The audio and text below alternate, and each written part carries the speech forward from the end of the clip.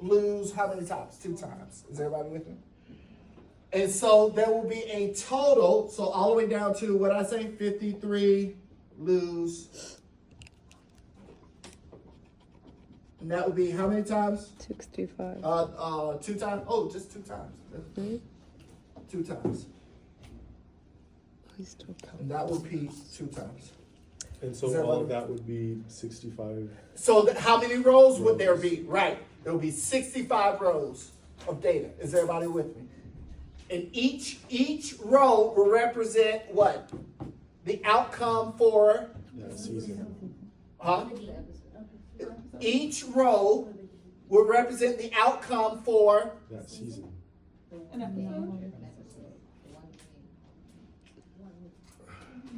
the outcome for. I'll accept that. An episode, because they don't play the same game in the same episode. So, but the word I was looking for each contestant. Oh. But they don't play this game twice in the same episode. So episode is okay, but it's the better answer would be contestant, because it's the contestant that plays the game. Right. All right. Very good. All right. Okay. So can we put this? And this is StatCrunch. This is a StatCrunch activity, so you're getting the grade for this. Okay. Can we open up StatCrunch, please?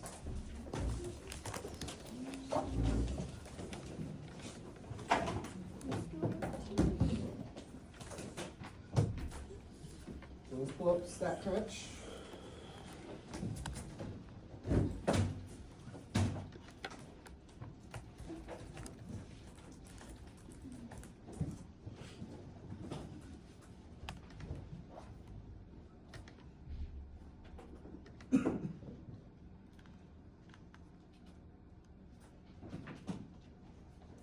Merle, you okay?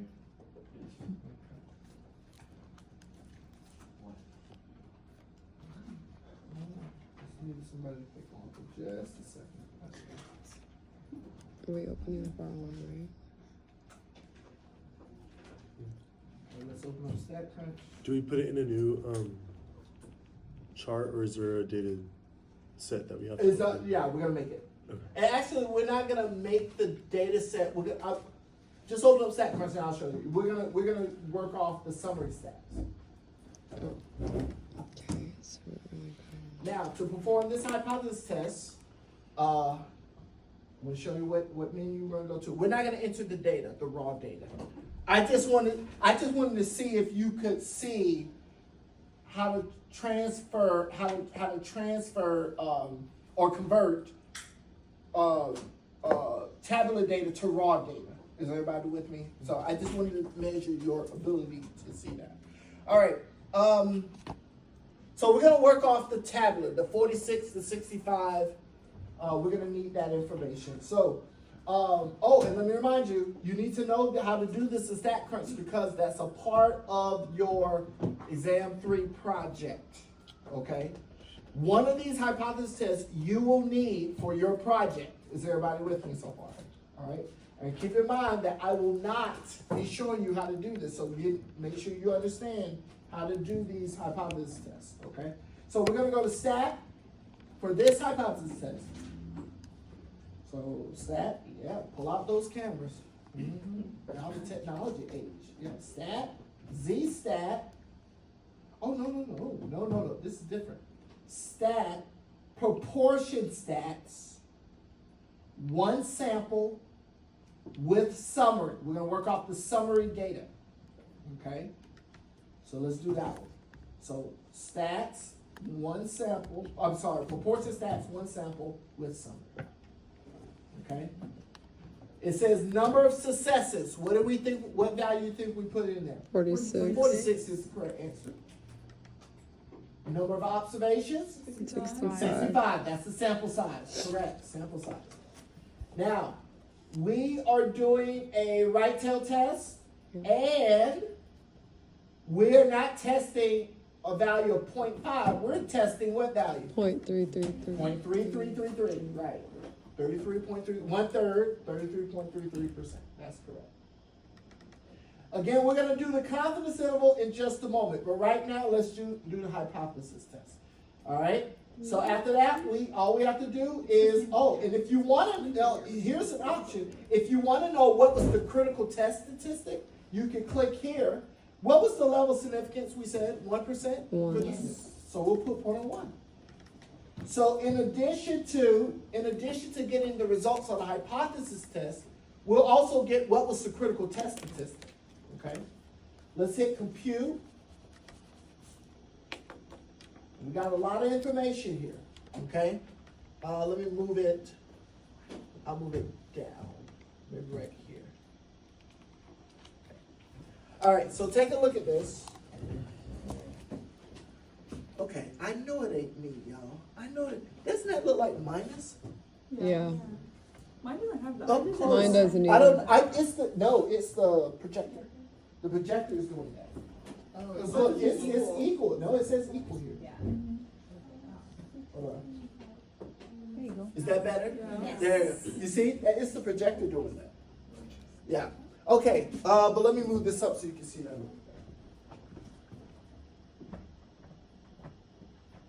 All right. Okay. So this piece here is StatCrunch reminding you what you selected as for the null and alternative hypothesis. This is not telling any type of conclusion to the test. Okay. You told StatCrunch you're doing a right tail test, right? When we changed it to greater than, right? The greater than sign. So the null hypothesis says that there's a 1/3 chance of winning. The alternative hypothesis says, nope, we believe that percentage is what? Is higher. Is everybody with me so far? So the good thing is it tells you null and alternative hypothesis. Level significance was the 1%. Test statistic is right here. 6.40. See, that's really strong. That's really, really strong evidence, okay? Look at the critical value. If we round this to two numbers, 2.33. Is everybody with me so far? That's the borderline Z that separates reject the null hypothesis versus fail to reject. Is everybody with me? We went way past that, right? Which is why the p-value is really small. Is everybody with me? So we reject the null hypothesis. So now let's put all this together. I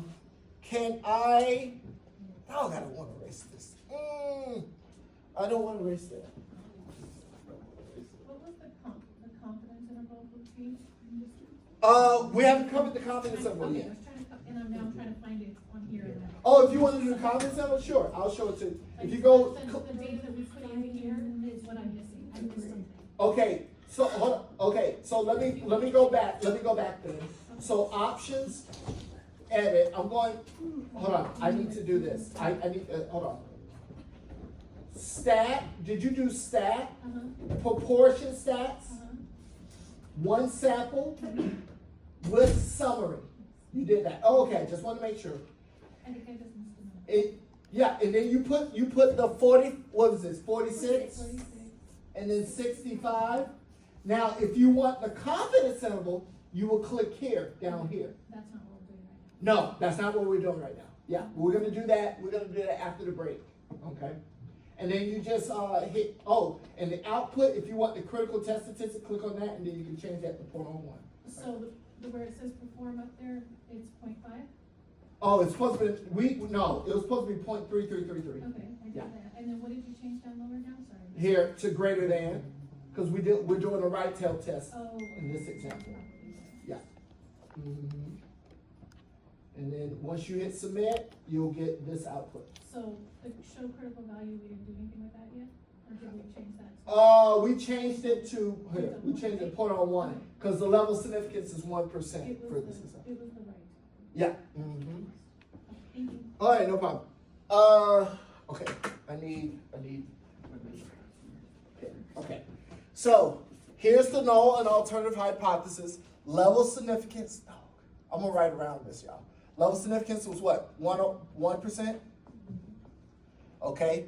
Observed test statistic is here. The 6.04, but I'll put 6.40. Round to two numbers after decimal. How do we get that? Well, what was it? P hat minus P over the square root of P times 1 minus P over N. So P hat was whatever, 0.7077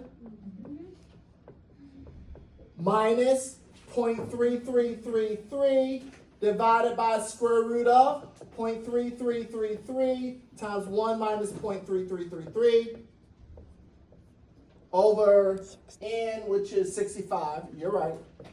Okay, and then that's how you get the 6.40.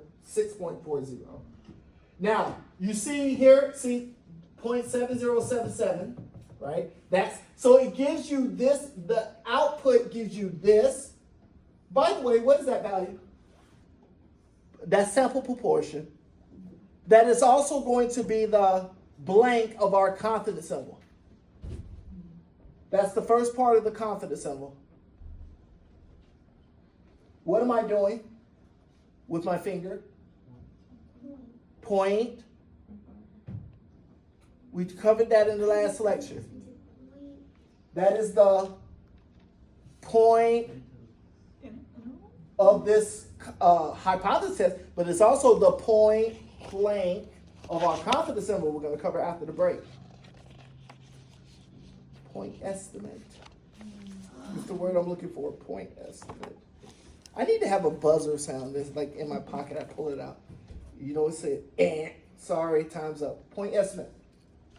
It's a point estimate of this hypothesis test. It's a point estimate of our confidence symbol. We'll see in just a second. So, that was a tough question. So it gives you the point estimate. It gives you this standard error is just the denominator. So this value is this. Is everybody with me? That's the standard error. And then this, so look, this is this divided by that. Because if this is, hold on.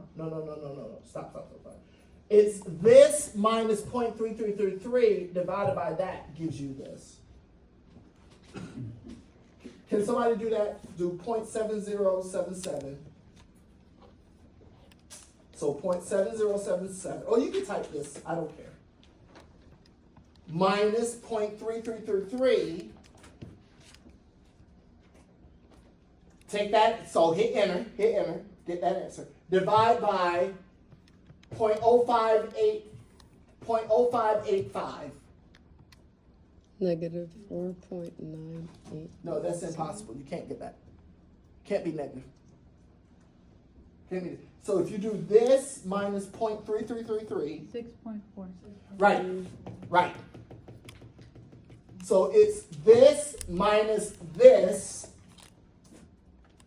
Take that answer and then divide by this. You get this, which is the observed test statistic. Now the critical Z came from the Z table, right? And then of course the p-value is the probability to the right because you're doing a right tail test. So the p-value is the probability to the right of this, the observed test statistic.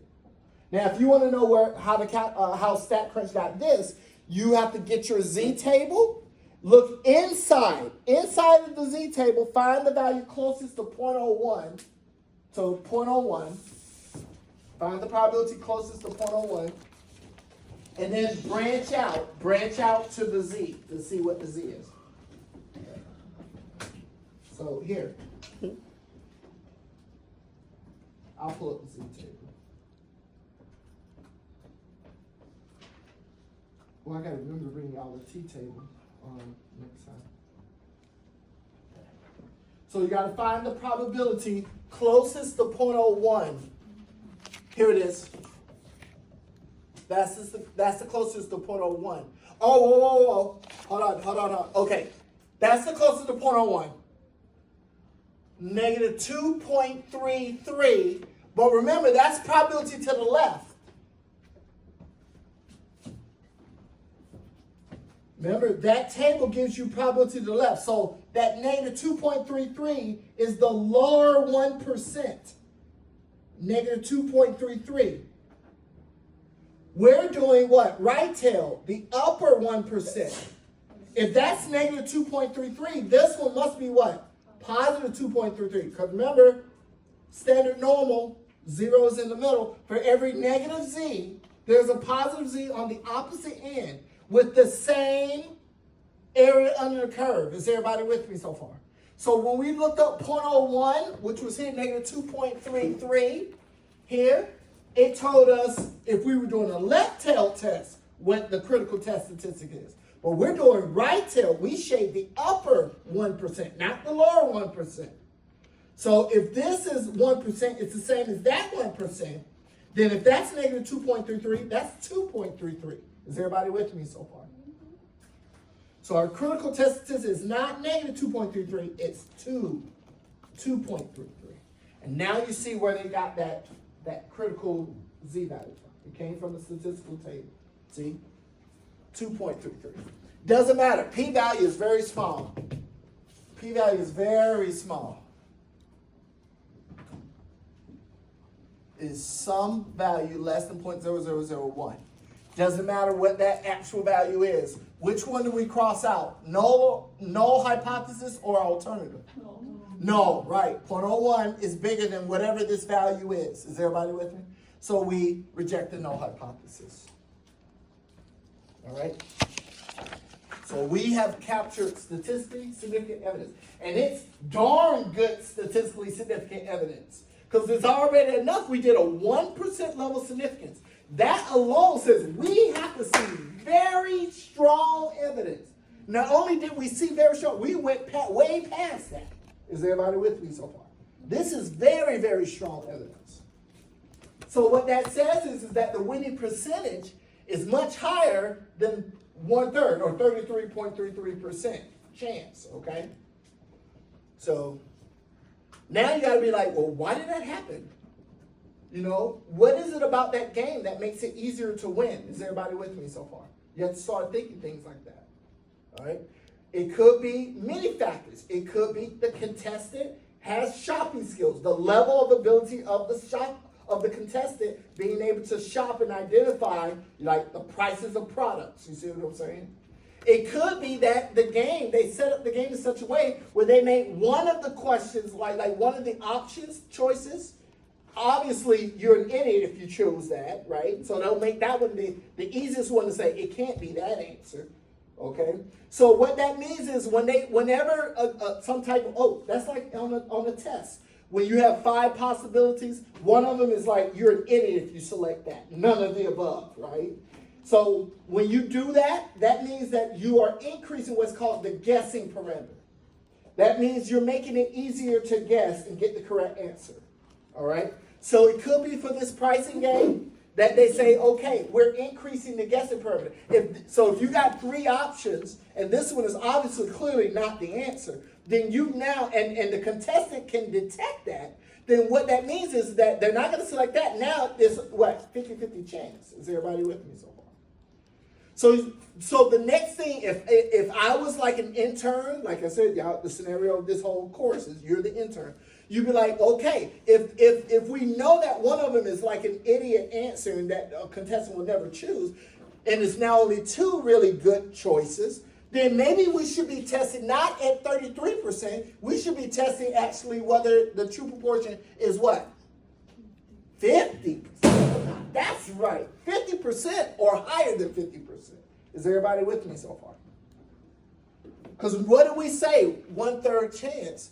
That's just random guessing, right? 1 of 3 choices. But if we know one of them is like the idiot choice that no one's going to choose, is actually we should be testing 50%. Is everybody with me so far? Go take a break. Bye. Go take a break.